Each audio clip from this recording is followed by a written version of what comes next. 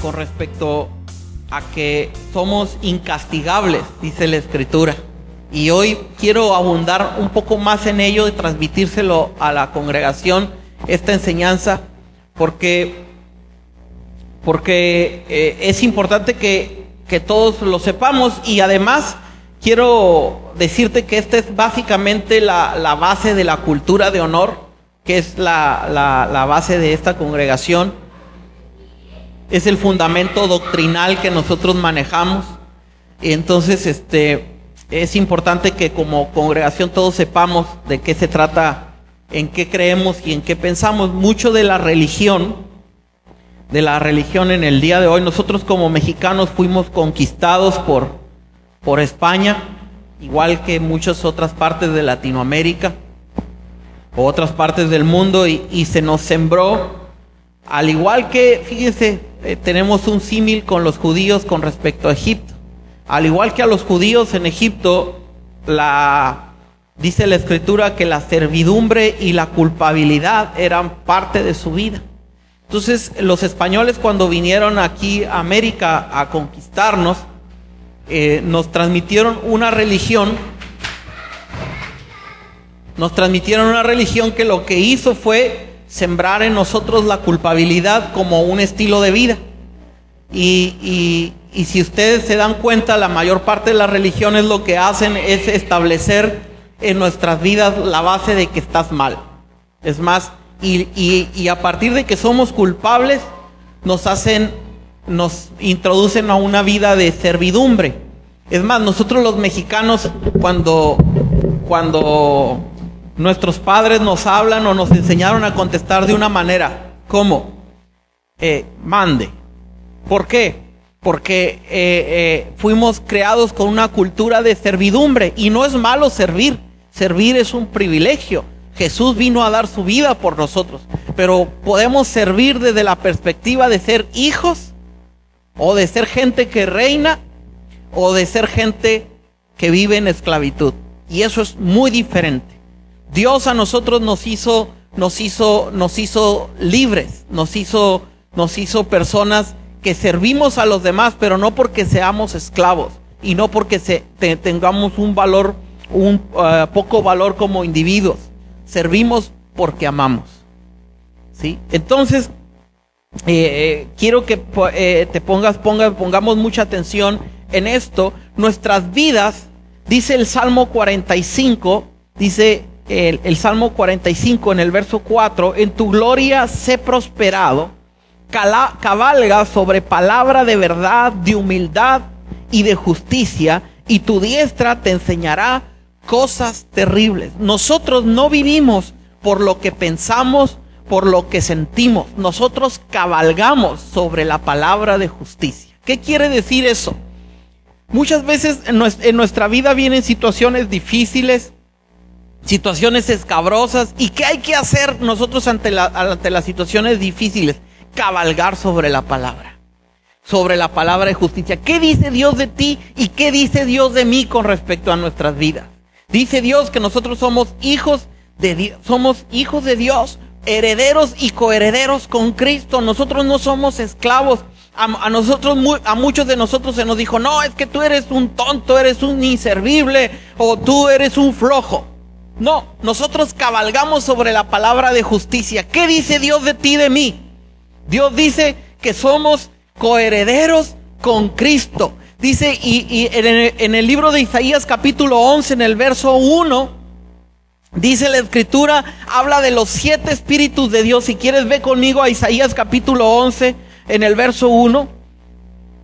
Proverbios, Cantares, Isaías, capítulo 11, en el verso 1, nos habla acerca de los 7 espíritus de Dios, que son los espíritus de los que Dios mismo está lleno y de los que tú y yo estamos llenos. ¿Nosotros de qué estamos llenos en Dios?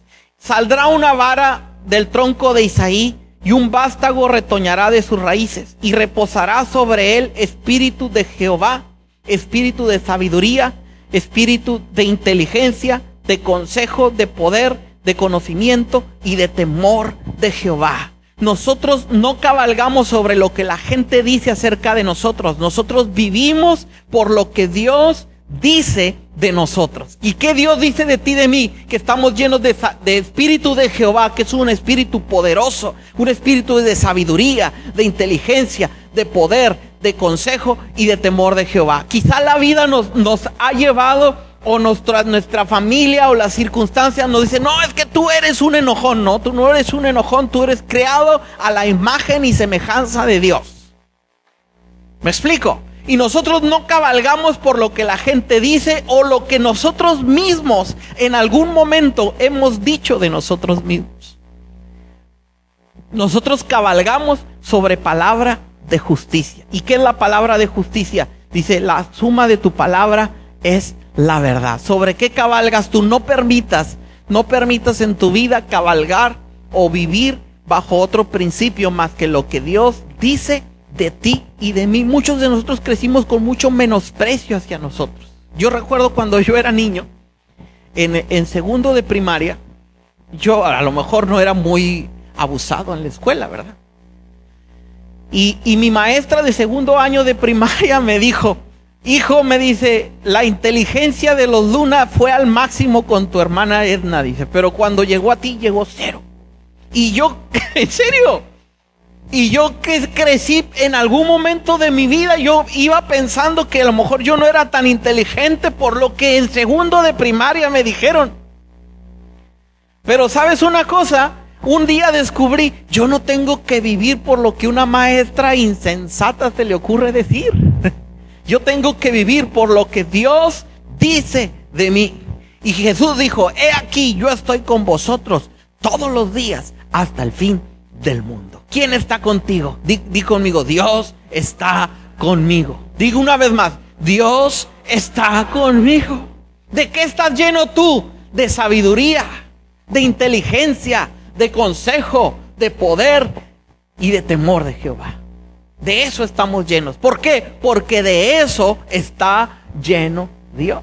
¿Qué estamos haciendo? Cabalgando sobre palabra de justicia. Algunos de nosotros se nos dijo: no, tú eres un tranza. No, tú no eres un tranza. ¿Tú qué eres? Lo que Dios dice que eres. ¿Me explico?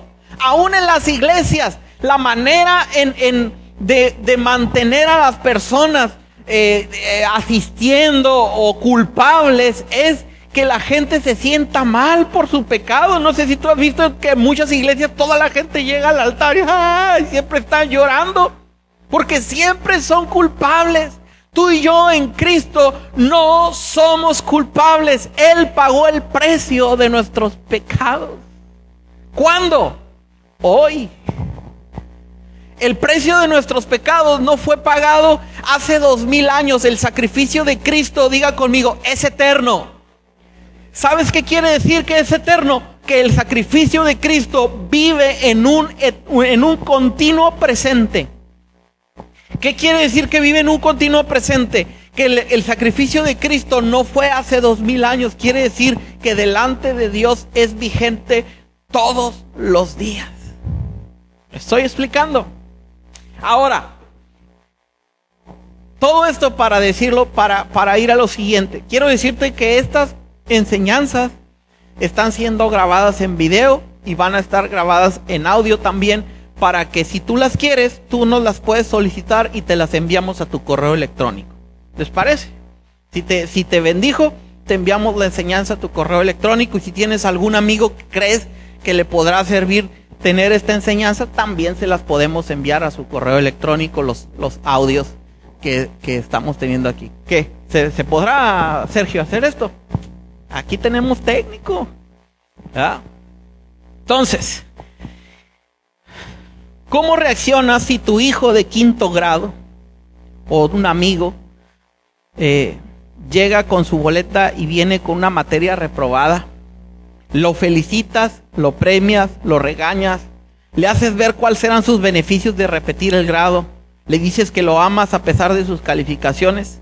La manera en que tratamos a nuestros hijos cuando se equivocan refleja claramente lo que creemos sobre el fracaso humano, en especial sobre el pecado. Los seres humanos pensamos que el pecado, los errores y el fracaso son más poderosos que el corazón de Dios hacia nosotros. Pensamos que el fracaso es una fuerza poderosa que nos vencerá y que por lo tanto debemos manifestar un pseudopoder sobre él, asociándonos con el espíritu de temor. ¿Y cómo reaccionamos con temor? Dice en 2 Timoteo 1:7, dice que Dios no nos ha dado espíritu de cobardía ni de temor, sino de poder, de amor y de dominio propio. ¿Eso qué quiere decir? Cuando nosotros reaccionamos hacia las personas porque se equivocan y reaccionamos con regaños, con enojos, con furia, con ira, estamos manifestando el temor que tenemos al error. Y los errores no es otra cosa que un camino que siempre lleva al éxito. Los errores, que no hay un solo ser humano que sea exitoso en la vida que no haya cometido errores. Así que si recientemente cometiste uno, eres un candidato a ser una persona exitosa. La diferencia entre cómo asimilamos los errores o los fracasos, la diferencia en Dios es qué hay sembrado en nuestro corazón con respecto al fracaso. Y hoy te tengo noticias. En Cristo tú y yo somos incastigables. Ah, caray, esta nueva doctrina, no te me asustes con esta doctrina. Hoy vamos a aprender lo que el sacrificio de Cristo hizo y cómo los errores o fracasos que tengamos nosotros o tengan otras personas no son motivo. Mira, llegó mi mamá. Muchas gracias, mamá, por acompañarnos. Estoy muy agradecido con Dios de que estés aquí. Les voy a pedir un favor. Denle un aplauso a mi mamá.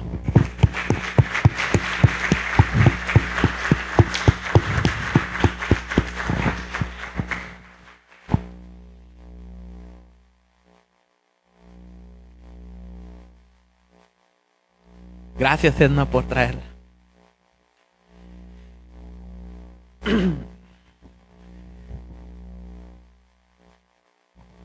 Los fracasos y los errores.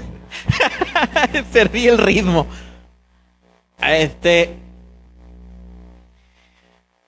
La manera en que nosotros reaccionamos a los fracasos y a los errores es la manera en que nosotros entendemos y muchas veces reaccionamos a la realidad espiritual de lo que Cristo ha hecho en nuestros corazones. Nosotros somos el fracaso o el error o el pecado no debe de ser castigado según la Escritura. El error o el fracaso ante el error o el fracaso debe haber restauración, no castigo según la Escritura. ¿Me explico? Nosotros debemos de restaurar a la persona que se equivoca. Nosotros debemos de restaurar al que comete un pecado. No necesariamente el pecado o el error o el fracaso tiene que llevar consigo un castigo. ¿Qué hacemos con nuestros hijos cuando se equivocan? ¿Qué vamos a hacer con nuestros hijos cuando fracasan? No, la idea de Dios no es que los castiguemos. La idea de Dios es que los restauremos.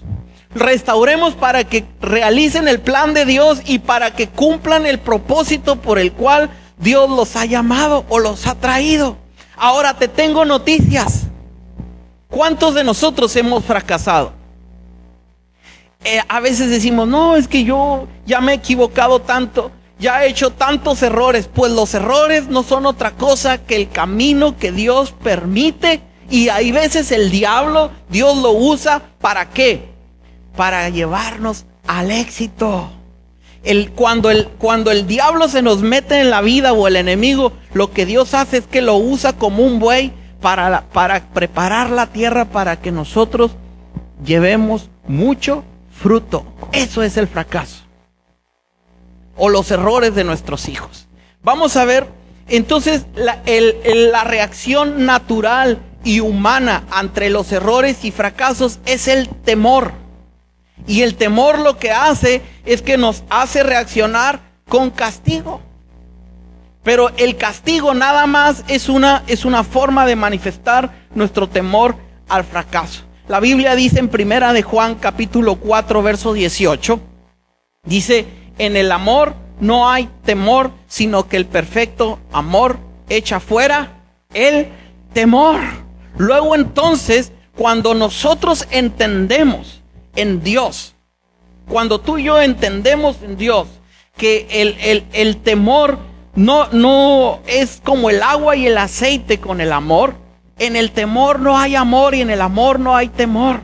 Luego entonces se separan el uno del otro. Cuando tú y yo reaccionamos con castigo en lugar de con restauración al fracaso, estamos dando lugar al temor. No lo permitamos. Ahora, quiero enseñarte una parte de la Escritura. Como yo les dije antes, esto que estamos hablando ahorita es el fundamento de esta congregación, el fundamento de la cultura de honor. El fundamento de la cultura de honor es que somos incastigables, porque Cristo pagó el precio por nosotros. Ese es el fundamento de la cultura de honor. La reacción natural de la religión ante un pecado, ante un error, ¿sabes cuál es? Juicio. Y te me sientas durante un año y no vuelves a participar en la alabanza. O te me vas de la congregación. Cuando en realidad lo que Dios nos está enseñando, vaya conmigo a Primera de Juan, al libro de Juan capítulo 2. Y esto también es para la educación de nuestros hijos. Es también para enseñar a nuestros hijos a ser libres. Como yo le decía, a nosotros como mexicanos se nos educó en una cultura basada en ser esclavos, en ser siervos. Desde que llegaron los españoles, la religión empezó a poner en nosotros culpabilidad. La culpabilidad es el motor que muchas veces ha impulsado nuestra conducta, pero es un muy mal motor la culpabilidad. Es un motor que nos lleva al fracaso, es un motor que nos lleva exactamente a vivir una vida de esclavitud. Muy bien, vamos a leer. Hijos míos, estas cosas os escribo para que no pequéis, y si alguno hubiere pecado, abogado tenemos para con el Padre, a Jesucristo el justo. Y Él es la propiciación por nuestros pecados, y no solamente por los nuestros, sino también por los de todo el mundo. Déjame abundar un poquito en esta escritura. Dice, y Él es la propiciación por nuestros pecados. ¿Qué quiere decir esto, que Él es la propiciación por nuestros pecados? Él es una palabra muy judeocristiana, esta de propiciación.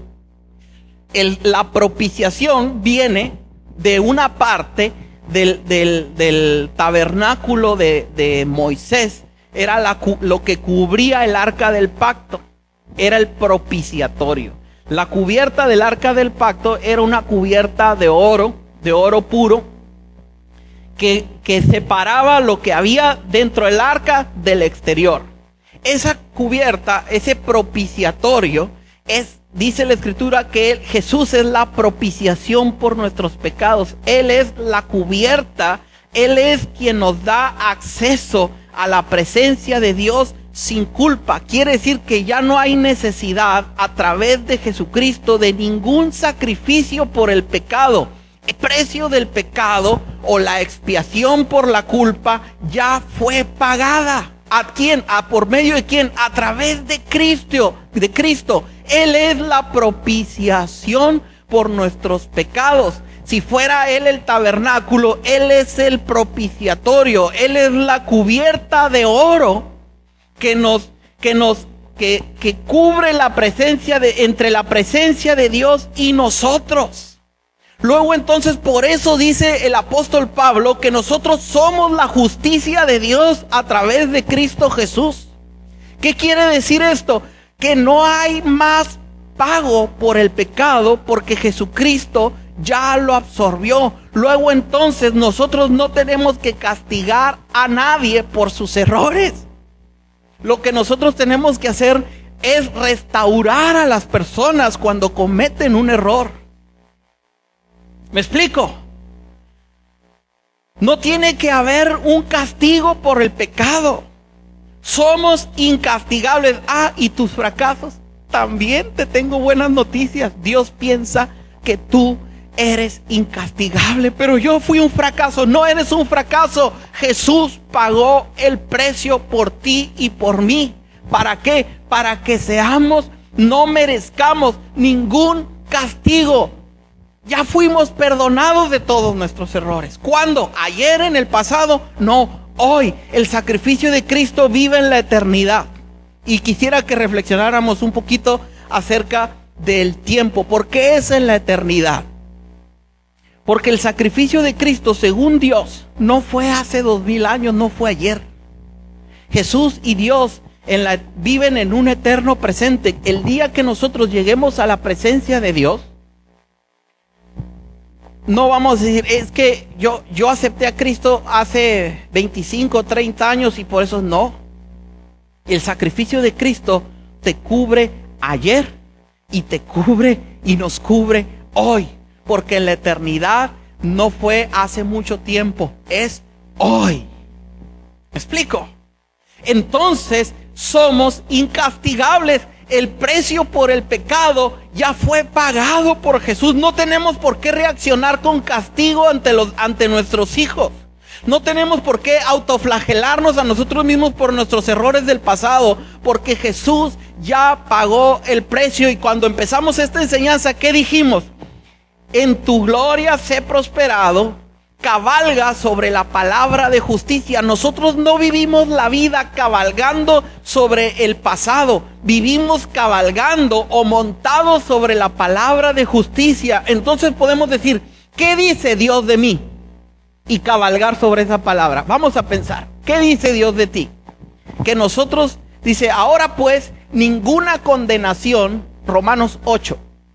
Ahora pues ninguna condenación hay para los que están en Cristo Jesús, los que no andan conforme a la carne, sino conforme al Espíritu. ¿Qué quiere decir esto? Que tus errores pasados y mis errores pasados, ya no hay condenación. Y te voy a recordar una escritura y vamos a pararnos sobre la palabra de justicia. En el verso 2 de Romanos capítulo 8, dice, porque la ley del Espíritu de vida en Cristo Jesús me ha librado de la ley del pecado y de la muerte. ¿Qué quiere decir eso? Que hay dos leyes sobre las cuales, aún como cristianos, escúchame bien, aún como cristianos e hijos de Dios, podemos caminar en la vida. Hay dos maneras de caminar como cristianos: bajo la ley del Espíritu de vida y bajo la ley natural. Esta carta de Romanos que estamos leyendo o que estamos citando ahora fue escrita para cristianos, no es para gente que no conoce a Dios. Tú y yo podemos caminar bajo la ley del Espíritu de vida o bajo la ley natural. La ley del Espíritu de vida, ¿qué es caminar bajo la ley del Espíritu de vida? Es caminar con las convicciones que la palabra de Dios dice de ti y de mí. ¿Sí? Luego entonces, tus errores y mis errores pasados, aún los futuros, ¿qué merecen? Ya fueron pagados por Cristo. Entonces, cualquier error o cualquier pecado que hayamos cometido y en el futuro lleguemos a cometer, ya fue pagado por Cristo. Luego entonces nada más es un escalón al éxito del que podemos aprender. Los errores, los fracasos que tengamos hoy en día no son castigos por el pecado ni de Dios. Hay veces decimos, no, es que yo merezco esto. ¿Por qué me está pasando esto? Porque yo hice aquello y merezco que me suceda tal cosa. No mereces nada. Si caminamos bajo nada malo, si caminamos bajo la ley del Espíritu de vida, ya fue pagado todo eso. ¿Y qué es? Es un escalón al éxito. Los errores y fracasos, aún pasados y presentes, son escalones al éxito para llevarnos a una mejor vida. Aprovéchalos. Porque en Cristo esos son. Pero bajo la ley del pecado y de la muerte, porque ahí dice el verso 2, porque la ley del Espíritu de vida en Cristo Jesús me ha librado de la ley del pecado y de la muerte. ¿Cuál es la ley del pecado y de la muerte? La ley de causa y efecto. ¿Cuál es esa ley de causa-efecto? ¿Qué hiciste que mereces? Eso es la ley. Esa es la ley del pecado y de la muerte. A ver, ¿cómo podemos ejemplificar la ley de causa y efecto? Simple. Lo que siembras cosechas. Exactamente. A ver, ¿cuánto lo que haces, eso recibes? No, yo merezco ser castigado porque me equivoqué en el pasado. Eso es la ley del pecado y de la muerte. Híjole, les voy a decir una buena. Mi papá fue diabético. Mi abuelo fue diabético. Pues por lo tanto, yo merezco y tengo herencia de diabetes. Eso es la ley del pecado y de la muerte. Nosotros, ahora te voy a decir la ley del espíritu de vida en Cristo Jesús. Cristo pagó el precio. Él sufrió nuestras enfermedades, pagó el precio de nuestros dolores. ¿Qué quiere decir? Aunque nuestros antepasados hayan tenido cualquier tipo de herencia en los genes o en el ADN, nosotros ya no traemos en lo malo el ADN de nuestros antepasados. Nosotros traemos el ADN de Cristo. Y lo único que traemos en nuestra herencia genética es salud, porque el reino de los cielos es justicia, es paz y es gozo. Y la enfermedad no corresponde, ninguna enfermedad corresponde al reino de Dios. ¿Me estoy explicando? Ahora, mi papá fue alcohólico, o homosexual, si tú quieres, o fue mujeriego, o no sé, cualquier asunto de esto. Pues por lo tanto, yo traigo esa inclinación. Pues fíjate que no, en Cristo todo eso se rompe. Esa es la ley del pecado y de la muerte que nosotros podemos aceptar como, bueno, pues si ya me toca. No te toca. En Cristo nosotros somos libres de todo eso. Una vez, yo aprecio mucho a uno de los maestros que yo he tenido cristiano, que fue el hermano Donaciano Pérez, que de alguna manera fue mi padre espiritual. El hermano Donaciano Pérez una vez fue al médico, el hermano Chano. Al hermano Chano, el médico le dijo, a ver, su mamá fue diabética, ¿verdad? O le preguntó, ¿tiene antecedentes de diabetes? Y le dijo, sí, mi mamá fue diabética y creo que su papá había sido diabético. Y le dijo el médico, bueno, pues usted por herencia puede tener diabetes. Y él le dijo, disculpe doctor, Jesús no me dio esa clase de herencia, le dijo al médico. Y sabes una cosa, tú y yo también tenemos eso, no tenemos que hacer una oración despampanante para recibir esto. Lo único es, hay que aceptar lo que Cristo hizo por nosotros. Tus errores pasados ya fueron pagados en la cruz. Como cristiano me equivoqué, pequé, ¿qué mereces? Ya fue pagado, Señor. Ahora, fíjese, ahí le va. Y mis pecados, quiere decir, y esto es una parte de la doctrina esencial de la cultura de honor, que es lo que nosotros como VID o como ministerio cristiano enseñamos. Yo les preguntaba a los líderes el miércoles pasado, a ver, entonces, tú y yo, ¿somos pecadores o no somos pecadores? Si somos incastigables y el pecado ya no es un problema, entonces ¿somos pecadores o no somos pecadores? No, una parte de la doctrina cristiana dice, no, claro que sí, somos pecadores. Aunque ya pagó el precio Cristo, no, tú y yo ya no somos pecadores. El que de vez en cuando tires un bote no te hace tirabotes. ¿Me explico? El que en alguna ocasión dice, hermanos, estas cosas os escribo para que no pequéis. Y si alguno hubiere pecado, ¿qué pasa? Abogado tenemos para con el Padre. Luego entonces el pecado ya no tiene ninguna autoridad sobre tu vida ni sobre mi vida. Tú y yo ya no entramos en la categoría de pecadores, entramos en la categoría de santos. Híjole, pero yo santo, si yo no he hecho... Si la verdad tengo algunos detallillos en mi vida, sí, pero Cristo ya los pagó.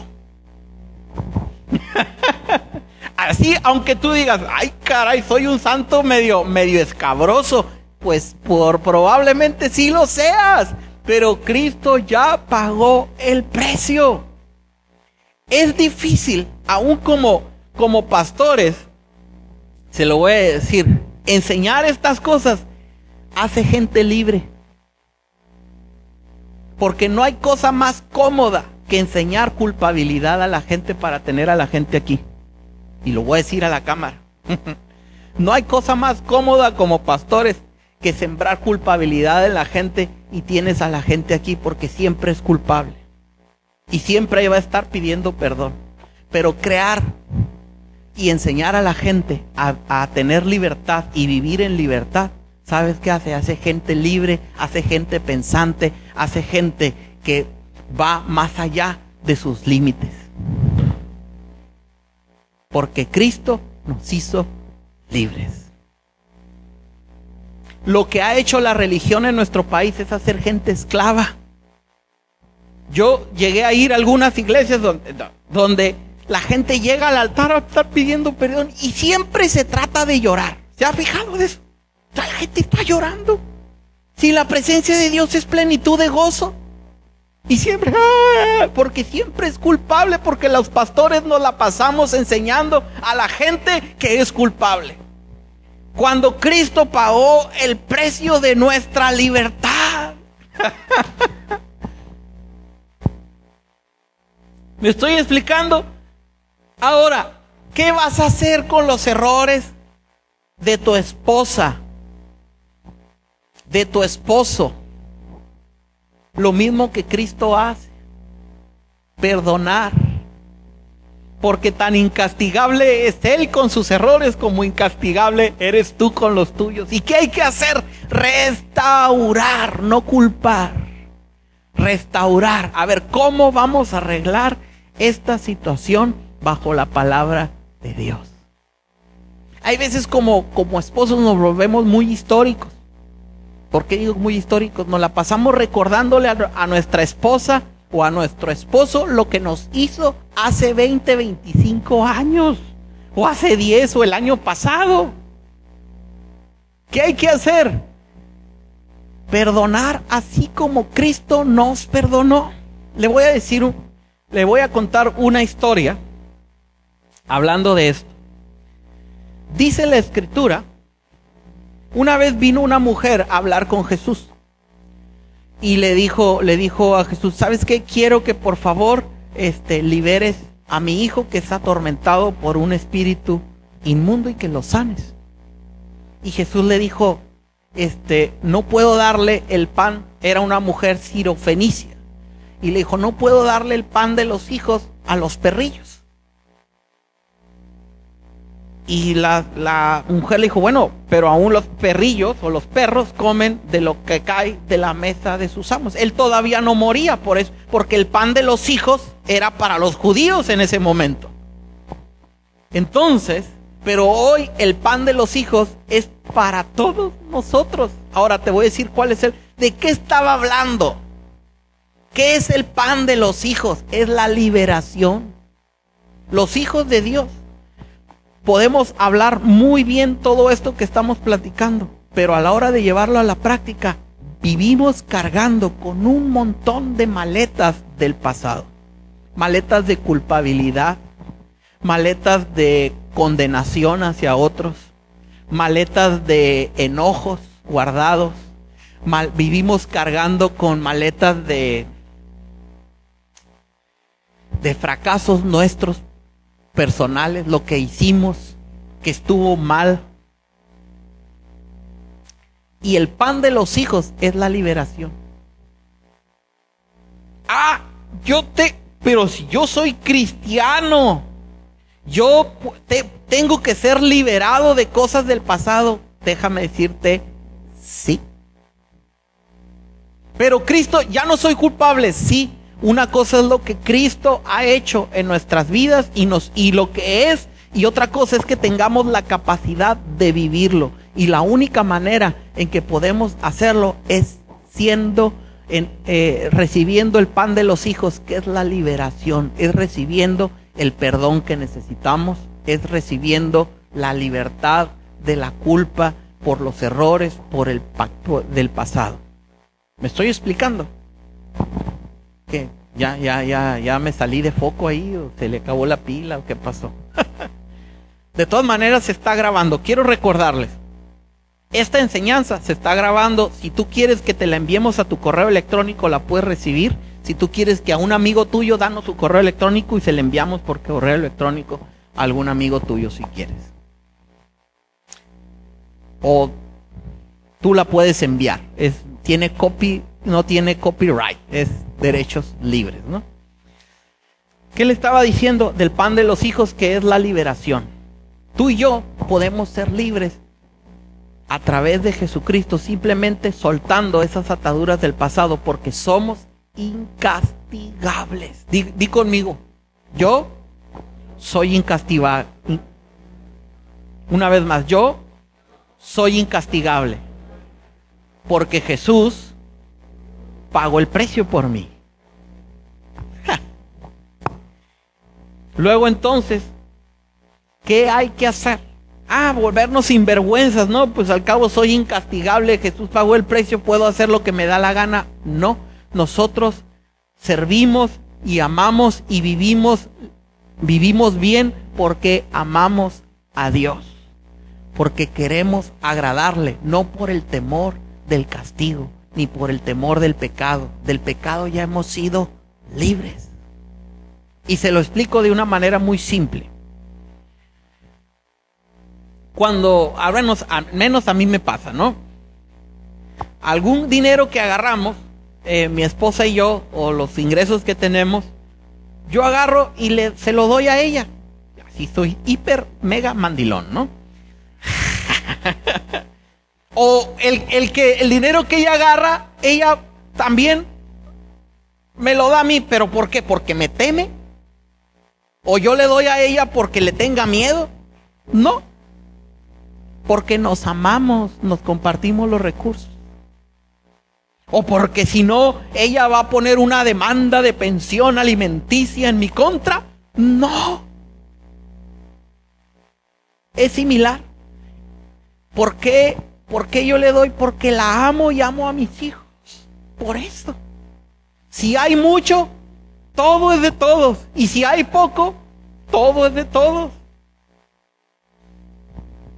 ¿Por qué? Ahora, no estoy diciendo que así deba de ser en todas las familias. Lo que estoy diciendo es el motivo por el cual nosotros hacemos eso. ¿Por cuál es nuestro motivo? Que nos amamos. Igual en Dios, nosotros no pecamos, no por el castigo que pueda venir sobre nuestras vidas. Nosotros no pecamos porque amamos a Dios con todo el corazón. Hay gente que dice, no caigas en pecado porque pierdes tu salvación. No, el sacrificio de Cristo fue eterno. No vas a perder tu salvación. Lo que pierdes es tu paz interior. Eso se pierde, y muy pronto. ¿Y qué tiene que haber? Una restauración. A nosotros o a nuestros padres nos enseñaron a golpear muchas veces. La vara, el cinto era el primer recurso para corregir a nuestros hijos. No, mira, la vara o el cinto no es el primer recurso para corregir a nuestros hijos.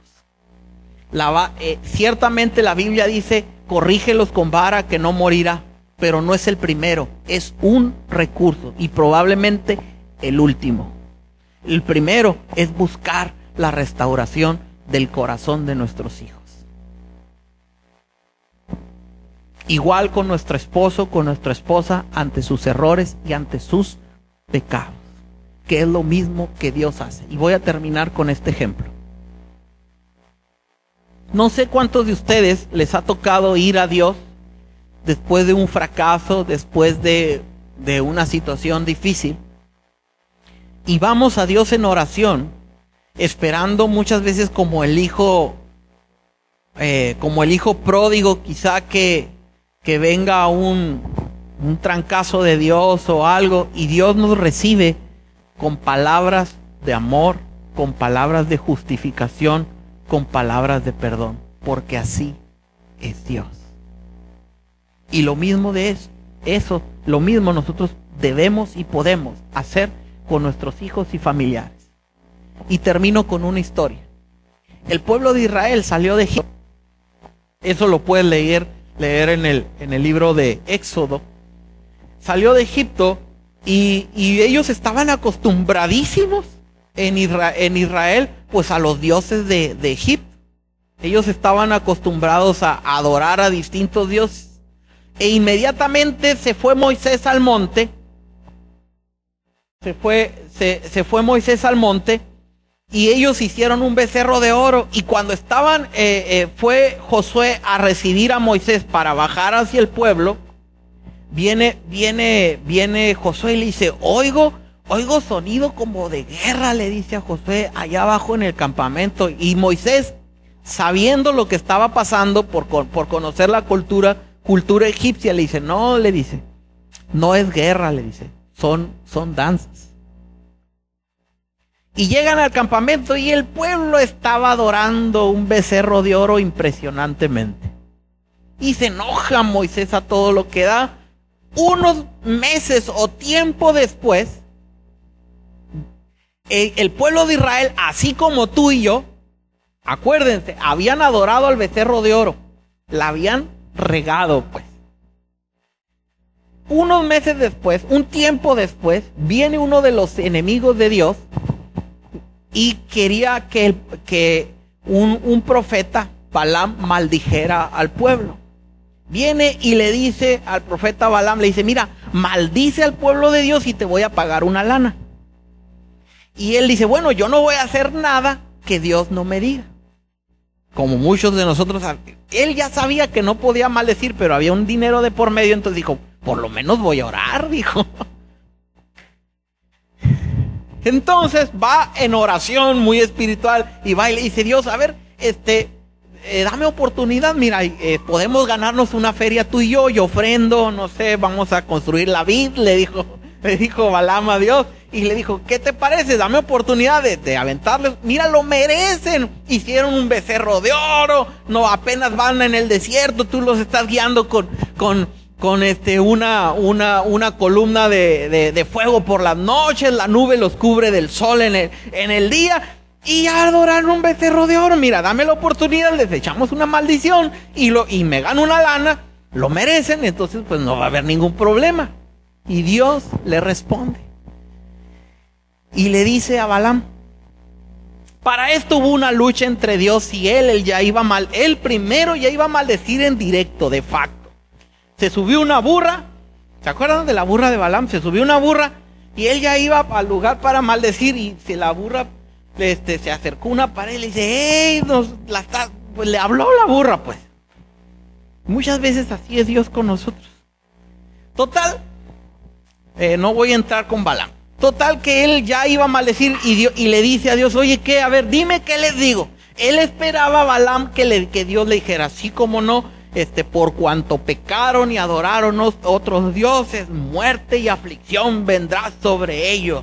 Por cuanto, enfermedad y todo eso, ¿no? Esperaba a Balaam que Dios, y ya nomás ir y decir, bueno, pues mira, les tengo noticias, pueblo de Israel, que se van a morir. Y que van a morir. Pero no. Viene con Dios Balaam y le dice Dios, pues fíjate Balaam, que yo no he visto iniquidad en Israel y júbilo de rey hay en ellos y los veo gobernar como leones. Y Balaam dice, pero ¿cómo? Así es Dios. Y lo mismo Dios dice de ti, así te hayas postrado a un becerro de oro en la vida, Dios, ¿qué dice de ti? Dios dice que no ha visto iniquidad en ti y júbilo de rey ve en ti y en mí. ¿Por qué Dios dice eso? Porque Cristo pagó el precio. Somos incastigables. ¿No merece un aplauso el Señor por eso? Somos incastigables. Dios pagó el precio. Jesús pagó el precio. Júbilo de rey, Dios ve en ti. Que no hay que corregir los pecados, sí hay que corregirlos, pero corregirlos no por culpabilidad, corregirlos por amor.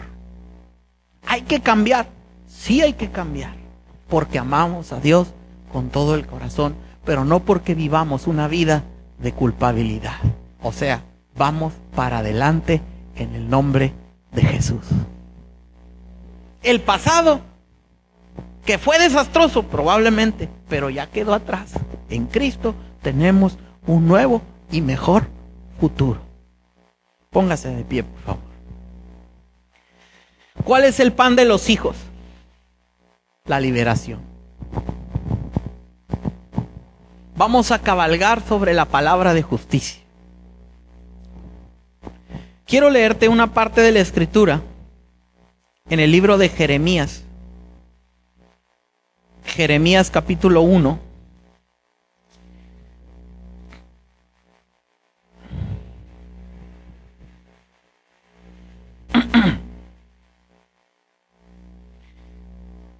En el verso 9 y 10 dice: y extendió Jehová su mano y tocó mi boca, y me dijo Jehová: he aquí, he puesto mis palabras en tu boca, como lo ha puesto en tu boca y en mi boca. Jeremías 1:9. Dice: mira que te he puesto en este día sobre naciones y sobre reinos, para arrancar y para destruir, para arruinar y para derribar, para edificar y para plantar. ¿Qué quiere decir esto? Dios nos ha puesto a ti y a mí para reinar. Primeramente a través de Jesús en nuestras vidas. Mira, yo te he puesto en este día sobre naciones y sobre reinos, para arrancar y para destruir, para arruinar y para derribar. Para después, dice, edificar y plantar.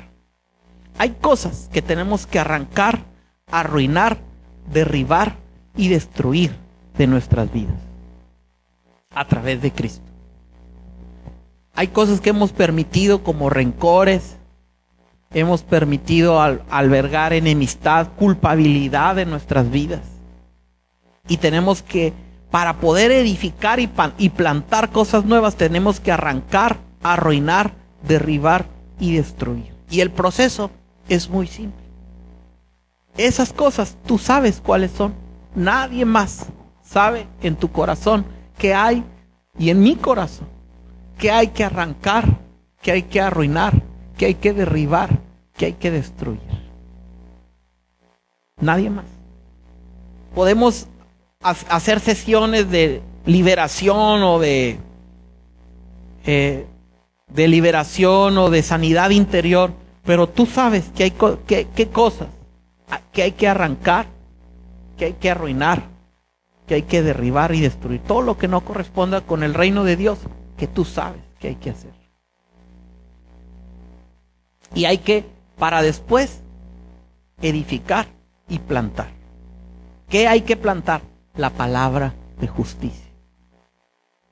Yo quisiera orar. Pasen los músicos un momento, por favor. Una melodía así suavecita, ¿no? Quisiera que cerráramos nuestros ojos todos un momento y yo no sé qué culpabilidades podamos traer, pero tú sí sabes. O qué cosas el enemigo tiene sembrado de nuestro corazón. De antemano te digo, Dios dice que no hay iniquidad en ti. De antemano Dios te dice que es limpio. Pero las cosas que haya que limpiar, que tú sabes que te están estorbando, vamos a sacarlas para ser libres de una y para siempre. El pan de los hijos es la liberación. Eres incastigable. Aquí ya el problema no es Dios. El problema es lo que tú sientes que hay y que tienes que ser libre de eso en el interior. Ese es el problema. Ya Jesús pagó el precio. Me gustaría orar y darte la oportunidad. No te voy a pasar al frente por esto, ni vamos a exponer a nadie. Lo que vamos a hacer es ahí en tu lugar, ser libres. Lo que nos libera es cabalgar sobre la palabra de justicia. Jesús, la Biblia en primera de Juan capítulo 2 leímos que dice, y si alguno hubiere pecado, abogado tenemos para con el Padre, a Jesucristo el justo. ¿Qué quiere decir? Es ir con el abogado y decirle, ¿sabes qué? Él es el juez y es el abogado por nosotros. Decirle, ¿sabes qué? Sí, yo he cometido error, yo vivo con esto, ha habido esto en mi corazón y vengo a ser libre. Porque el pan de los hijos, vengo a comer de mi pan, que es ser libre. El pan de los hijos es la liberación. Oremos. Señor, en esta mañana, Señor, venimos delante de ti a buscar ser libres. Reconocemos que tu palabra, nosotros somos incastigables. Reconocemos que Jesús pagó el precio para que vivamos en libertad. Reconocemos que la culpabilidad ya no tiene más autoridad sobre nuestras vidas y ahora vivimos en libertad. Y venimos delante de ti, Señor, a confesar, a arrancar, a arruinar, a derribar y destruir aquellas cosas que nos han tenido atados. Y para arrancarlos, para arruinar y para destruir, venimos a confesar. Tu palabra dice que si confesares con tu boca que Jesús es el Señor y creyeres en tu corazón que Dios le levantó de los muertos, serás salvo. La confesión, Señor, nosotros declaramos, dile ahí al Señor en tu corazón, sabes que yo he tenido culpabilidad, o yo he tenido rencor, o yo he tenido una autoestima baja, perdóname, Señor. Yo he vivido, Señor, con desánimo, con depresión, pero ahora vengo delante de ti reconociendo lo que tú has hecho por mí. Señor, yo no he perdonado, igual también esa es una área que hay que restaurar, la falta de perdón. Aquí estamos, Señor, dispuestos para ti, pero no en un sentido de falta de libertad o porque nos vayas a condenar o irnos al infierno. Venimos ante ti porque te amamos y queremos ser libres de todas aquellas cosas que nos han tenido atados en el pasado. Venimos a ser libres de todas aquellas cosas que han estorbado nuestras vidas para caminar, para ser triunfadores, y de poder usar ese pasado como una escalera al éxito. Hoy, Señor, quiero salir de este lugar caminando sobre mis fracasos como escalones al éxito. Y la única manera que eso puede suceder, Señor, es reconociendo lo que tú has hecho por mí, librándome de la culpabilidad y librándome del pecado. Yo vengo a arruinar, a derribar y a destruir esas cosas que me han tenido atado, en el nombre de Cristo Jesús.